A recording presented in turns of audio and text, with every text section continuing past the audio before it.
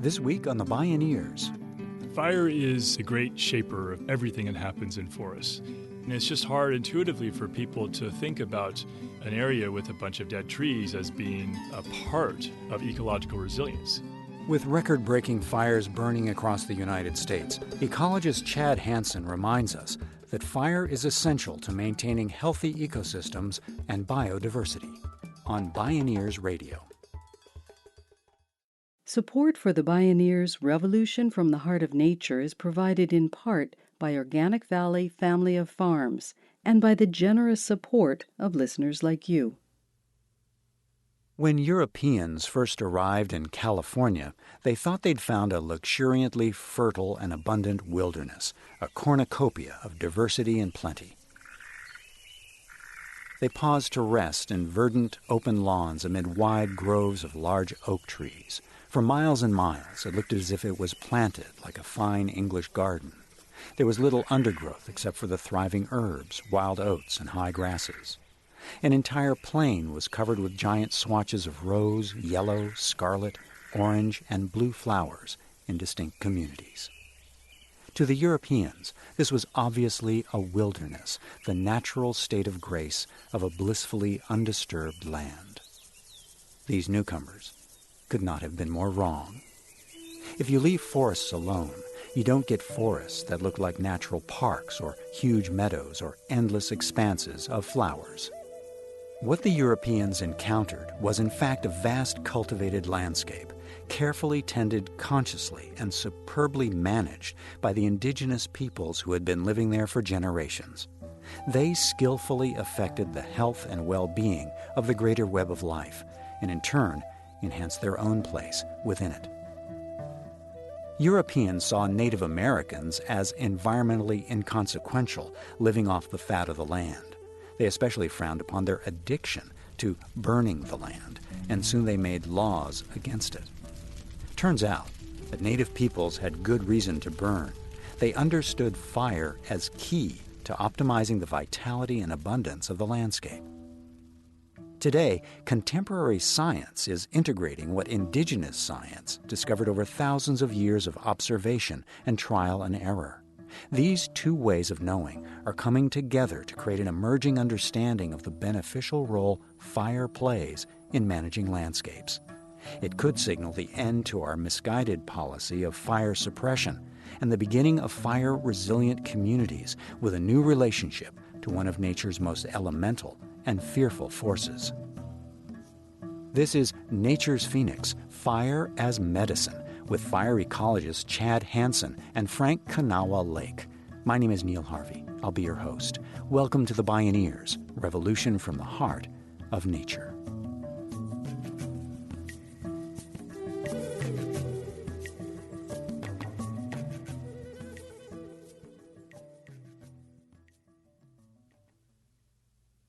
Fire is the great shaper of pretty much everything that happens in forests. And it's just hard intuitively for people to think about an area with a bunch of dead trees as being a part of ecological resilience and as being good for biodiversity. It's an education effort, especially when we've had decades of publicly funded advertising from the U.S. Forest Service, Smokey the Bear telling people that fire destroys forests. People think of fire in the forest the same way they think about fire with regard to their house. Fire burns your house, it's destroyed. Fire burns in the forest, they think it's destroyed too. But what the science is telling us is that couldn't be farther from the truth. Chad Hanson is a Ph.D. fire ecologist and co-founder of the John Muir Project, an organization dedicated to the ecological management of U.S. federal public forest lands. Hanson is an innovative leader in reframing the ecological role of wildfire and educating the public about different approaches. In 2015, the Rough Fire in California's Sierra Nevada mountains made national news. It was the peak of high-intensity fires ripping through California amidst a multi-year drought. When the flames threatened to engulf a 1,000-year-old giant sequoia redwood grove in Kings Canyon National Park, firefighters made desperate and dangerous efforts to protect the grove. As the flames raged, many fire ecologists, including Hanson, told people that although it seemed counterintuitive, the fire was the best thing that could happen to the ancient tree grove. that within a few years it would lead to spectacular regeneration. Various tree species depend on fire in order to effectively reproduce. Giant sequoias, for example. They have cones that are called serotinous. What that means is they've got these very, very thick resins that the seeds are encased in. And basically they need fire that's pretty hot in order to melt those resins, and the cones release the seeds. And basically fire that takes all that duff and litter on the forest floor, the twigs and branches and needles, and turns it into this very, very nutrient-rich bed of ash that helps germination. And so after fires, you get this spectacular regeneration of giant sequoias. These giant sequoia groves hadn't burned in more than a century, and we've been essentially loving them to death, thinking that we were protecting them by keeping fire out. Of course, we're seeing 10,000, 50,000 giant sequoia seedlings per acre. Chad Hanson has had a lifelong relationship with forests. His parents had an old log cabin in the eastern Sierra Nevada where he spent his childhood summers. Then his love of forests got transformed as the personal became political. I started getting involved in forest conservation work after I hiked the Pacific Crest Trail from Mexico to Canada with my older brother in 1989, and started seeing all the clear cuts on national forest lands by the time we hit the northern Sierra Nevada, and then even more so in the central and north Cascades in Oregon and Washington. And I was shocked because I didn't realize that there was logging on national forests. I was 22 years old at the time. I thought national forests were like national parks. I thought they were all protected. I was just absolutely stunned by the scale of the deforestation, the scale of the habitat loss. And I realized that what I thought were these vast, limitless wild forests were actually being lost at a pace that I couldn't even comprehend. Horrified by the wholesale destruction, Chad Hanson decided to look into the realities behind logging projects. He discovered the timber industry was often justifying its vast clear-cuts in recently burned woodlands as forest restoration. The companies claimed charred forests had no ecological value. They said their logging would have no negative impact. In 2002, Hanson's organization, the John Muir Project, worked with the Center for Biological Diversity to file a lawsuit against such a project in the El Dorado National Forest in the central Sierra Nevada. When his team won a partial injunction, he set out on a site visit to verify that the Forest Service was complying. He also wanted to check on a spotted owl nest in a stand of old-growth trees.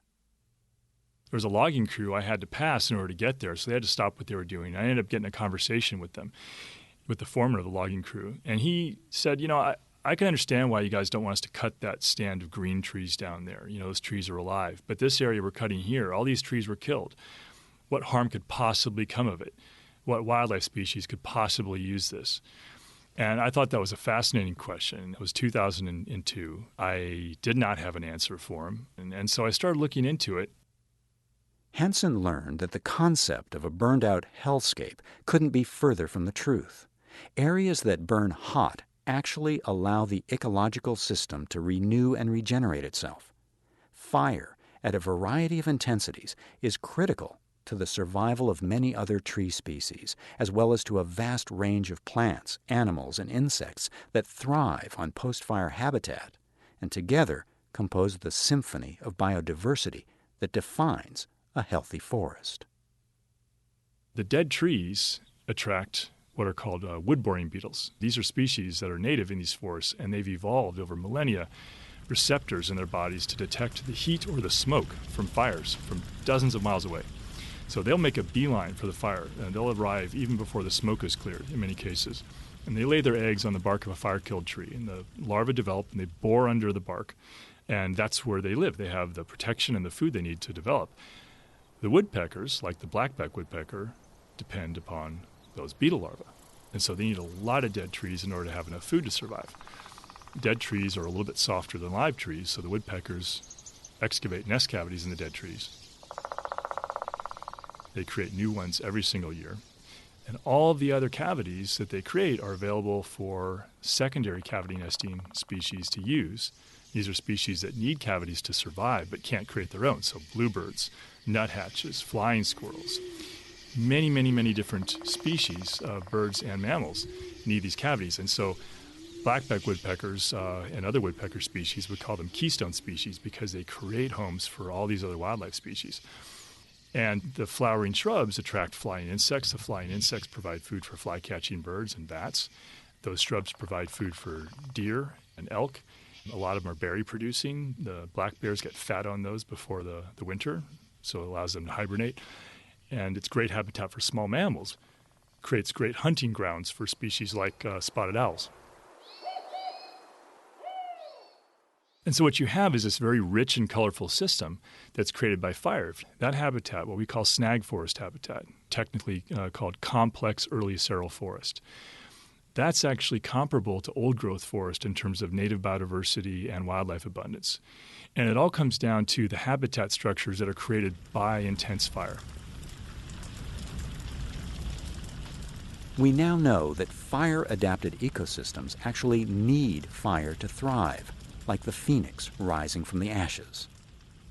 For people, one of the most complex challenges is the differential between human time and nature's deep time. Giant sequoia groves operate in deep time, with life cycles extending across millennia, a long view indeed.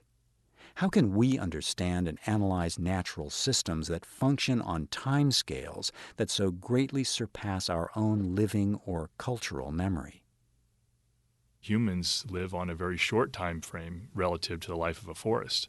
And so we need to understand these processes on a much longer time scale and understand that some of these essential processes they're critical for biodiversity and for ecological resilience may seem strange or scary to us from a human perspective, and they may not have occurred in our lifetimes, but that doesn't mean they're unnatural.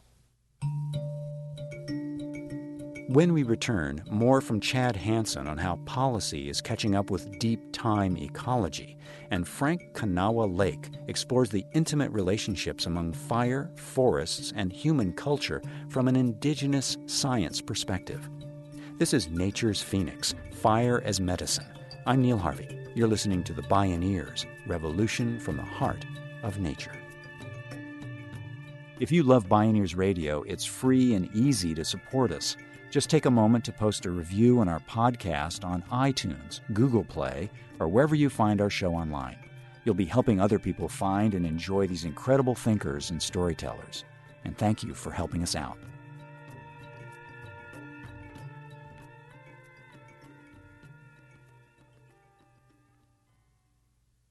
Humility is our constant companion as we realize how little we really know and how little control we have over an unpredictable and incomprehensibly complex living nature. Restoration is largely a new science, and we've never before faced the scale of destruction now confronting us. Fortunately, an unprecedented coming together of different knowledge systems is unfolding rapidly in real time that can give us the insights and tools to bring ecological restoration into full flower just when it's needed most. Indigenous peoples around the world have been observing and actively participating in these processes for millennia for both material and spiritual sustenance. For First Peoples, the quest is both technical and cosmological. And so when we talk about traditional fire knowledge, if you're a forest-dependent people as an indigenous community or a fire-adapted culture, that every aspect of your culture relies upon fire in some beneficial way, then you have a depth of knowledge, old-time knowledge, that's part of that traditional ecological knowledge, that spans all the biophysical with all the metaphysical. So you have both the physical elements of it and you have the spirituality or the ceremonial aspects that really combine together. Dr. Frank Kanawha Lake is a research ecologist with the USDA Forest Service, an indigenous scientist of Karuk, Seneca, Cherokee, and Mexican ancestry. He serves as chair of the Traditional Ecological Knowledge section of the Ecological Society of America. He works in the Fire and Fuels program of the Pacific Southwest Research Station in the Klamath-Siskiyou bioregion. Dr. Frank Lake has conducted extensive research into questions around wildlands fire, fuels management, and climate change in relation to tribal communities. Indigenous fire management is a highly developed science, utilizing indigenous methods that work to sustain cultural landscapes, ecosystems, and people. you have, at the time of settlement in the West, you essentially have tribal people using fire to augment or to, if lightning wasn't striking and burning areas, then tribal people said, well, this area does better or is more productive, has more diversity of plants and animals, yields more water, so they were using fire to promote that. Tribes literally used fire from the coast to the highest alpine meadows.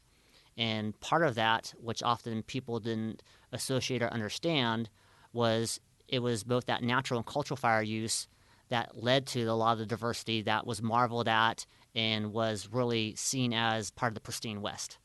If you see fire as medicine, which is a good thing for the landscape, a good thing for your family health, and you use it frequently to consistently prescribe it at the right frequency, the right seasonality, the right intensity, and even at the right scale or extent, then you're managing a lot of diversity from materials that really, from a tribal cultural perspective, provide your foods, your medicines, your materials, and that landscape is really tied to fire being your pharmacy, your supermarket, your hardware store, and for some sacred places, your church.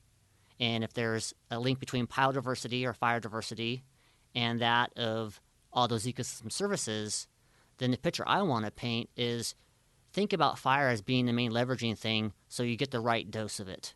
And you want to be able to have food as medicine and food is healthy for you. You need to have access to clean quantity, quality of water, and fire can provide that. Seeing fire as medicine has long shaped Frank Kanawha Lake's work as a research scientist. From childhood in the Siskiyou Wilderness in far northern California, he was raised with the cultural beliefs and knowledge systems of indigenous worldviews. His life and the lives of his family and tribe revolved around the Pacific coast and the forests along the Klamath River. His father and stepmother frequently participated in ceremonies and traditional healing practices. They relied on local medicinal plants, gathered acorns and huckleberries, and fished seasonally for sustenance. Lake's desire to become an environmental scientist was rooted in the unique training he received at sacred sites. He was also compelled by the experience of his community working to maintain its land tenure and traditional way of life. His people won hard-fought battles to protect sacred sites from logging and to regain their traditional fishing rights. And so I had really this duality of seeing natural resource and political issues around river fisheries conservation, but then also that around forest and biodiversity and sacred site interest in conservation. And that really heavily influenced me as a young person, seeing the struggles in those dynamics and feeling like, what is the solution? And I think part of my training at those sacred places and through those subsistence activities was I am inheriting knowledge, but with that knowledge is a responsibility to both family, land and waters, and community. That means both the human and biological community. Frank Lake felt he could play a valuable role as a translator and bridge builder among federal land managers and tribal communities. One of the obstacles was, well, first they have to learn about Indian people. They have to see that they're just not something of the past. They have to understand, both as an instructor or as a land manager, that these are living communities who depend upon the river, depend upon the forest, depend upon that biodiversity, and now we call the ecosystem services, to perpetuate their traditions, and that really what is a tribal trust resource is also in the best interest of society as a public trust resource. A crucial obstacle Lake wanted to dissolve was the centuries-long policy of fire suppression based on the belief that fires destroy forests and should be prevented at all costs. If forests are valuable only as board feet of lumber, which has been the driving view of the U.S. Forest Service since its beginning, then anything damaging a tree is lost revenue. That mentality has fostered a policy of putting out every blaze and restricting local land management rights. And it's no coincidence that policy happens to serve the vested interests that profit from fire suppression. So back between 1910 and 1920, in that period, in the West and across the nation, there was a big debate, both academically and I think policy-wise, of what they called the fallacy of light burning, or there was kind of a derogatory term called Paiute forestry, which was, Indians were burning to manage a range of diversity and resources. Some of those who had the timber interest didn't want the burning to happen because it was affecting the forest and they wanted to grow trees, which was a national economic interest. And so on the heels of what became some bad fire seasons and some loss of life, there became a strong emphasis on fire suppression. That was one of the mechanisms that really began to limit the extent and the application of tribal people in using fire. But there was also, even going back to the time of the Spanish and the missions, the first law enacted in California was by a mission, was to prevent the natives from burning. Well, here's tribal people living on the landscape. They use fire as a tool. If we want to colonize and settle that same land and utilize the same resources, then we have to figure out a way essentially to take care of the Indian and fire problem. To many people today, it may seem as if we're experiencing more fires than ever. But in fact, because we've been putting out as many fires as possible for the past century or more, forests are actually burning less often at all levels of intensity. According to Chad Hanson, this is true even when we factor climate change into the equation. So he's educating policymakers and the public about the fire deficit, advocating for more wildfire rather than less. It's definitely a marketing challenge in the face of a deeply embedded Western view that fire is an exclusively destructive force to be controlled at all costs. Yet at the same time, fire really is an existential threat for the 99 million people in the U.S. who are at risk because their homes have encroached into what's called the wildlands-urban interface zone. While Chad Hanson strongly advocates for letting large backcountry fires burn, he's clear-eyed about public safety. He says we can learn to let fire have its way while also taking smart, effective measures to protect homes. Right now we're still rooted in a sort of a 20th century, even a late 19th century model where the fire issue is out there somewhere. It's over the ridge or over the next ridge. And right now land management is geared on fire suppression. Certainly some of that is spent, next to communities and in communities when fire is close, but the majority is still spent in relatively remote backcountry forests. We need to be focusing our resources on protecting communities and making sure that people's homes don't burn when fires do occur. Because the fact is that this is not just a decision we can make, let's have less fire. Fires are going to happen. We can't stop fire in these forests. They're going to occur. And so I think we need to focus on defensible space work, which is really within 100 feet of individual structures. Make sure those structures are protected so we can allow fire to do its important ecologically beneficial work in the forests. Most homes don't burn in high-intensity fires. They actually burn in low-intensity fires. The great majority of homes that burn in forest fires burn in fires that creep along right up to the house and burn the house down. Back in Northern California, Frank Lake has been working to support collaborations across agencies, NGOs, homeowners, and tribes to collectively transform our understanding of the role of managed fire in the landscape. Working together with agency and tribal support, community members engage in prescribed burning to create defensible space around homes and properties. The goal is to support a shift from immediate suppression towards a path that allows backcountry wildfires to burn. It's also a healing return to ancient ways, using traditional fire in a contemporary context. As an example of what could be achieved through collective community effort, Frank Lake arranged a controlled burn of his own property. It took a lot of hazardous fuels reduction. It took working with the Fire Safe Council. It took getting my neighbors on board to that point, to then where we all came together and said, our objective today is, on this piece of ground, using traditional fire in a contemporary context to achieve multiple resource objectives. And for me, it was having my son, who was 4 years old, with the burn boss, who's technically qualified, and a little boy who feels responsible to his acorn trees, that he's inherited that cultural responsibility for stewardship. And we burned. We also achieved some acorn research on the bugs for my UC Berkeley student. We improved the egress route between my neighbors and my property, and I helped restore the oaks. And so my evaluation of fire effects was that nearly every acorn I got under my trees across 5 to 7 acres had relatively very few filbert weevil moths. And yet, when I listen to the woodpeckers, the jays, the squirrels, the bear, the deer sign, everything's telling me that place was good fire, complete down to the acorns I'd put in front of the wood stove before I boogied down here. Now, if I could demonstrate that on my home, achieving those multiple objectives for community safety, for resource enhancement, for food security, intergenerational learning, then I want that to be something that then is emulated and spread through our community about truly being a fire-dependent, fire-adapted person at your family to your community level.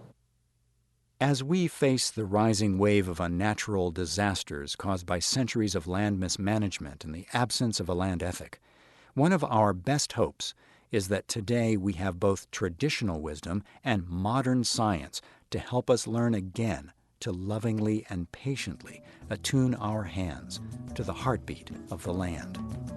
Thanks to the decades of research, advocacy, and communication from visionaries such as Frank Lake and Chad Hanson, our societal doors of perception are beginning to swing open.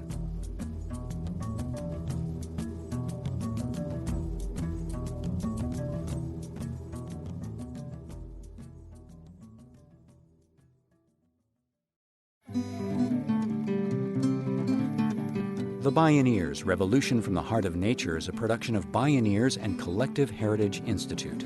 Executive producer Kenny Ausubel. Written by Kenny Ausubel and Teo Grossman. Senior producer and station relations Stephanie Welch. Producer Teo Grossman. Host and consulting producer Neil Harvey. Program engineer Emily Harris. Our theme music is co-written by the Baka Forest People of Cameroon and Baka Beyond from the album East to West. All royalties from Baka compositions and performances go to the Baka Forest People through the charity Global Music Exchange. Find out more at globalmusicexchange.org. Additional music was made available by Rich Goodhart at richgoodhart.com. For more music information, please visit bioneers.org. The opinions expressed in the Bioneers Revolution from the Heart of Nature are those of the presenters and are not necessarily those of Bioneers and Collective Heritage Institute, the underwriters, or this radio station. My name is Neil Harvey. Thank you for listening. I invite you to join the Bioneers in inspiring a shift to live on Earth in ways that honor the web of life, each other, and future generations. This is program number 0517. This program was made possible in part by Organic Valley's pasture-raised organic dairy products, bringing the good from our family farmers to your table at organicvalley.coop, and by the generous support of listeners like you.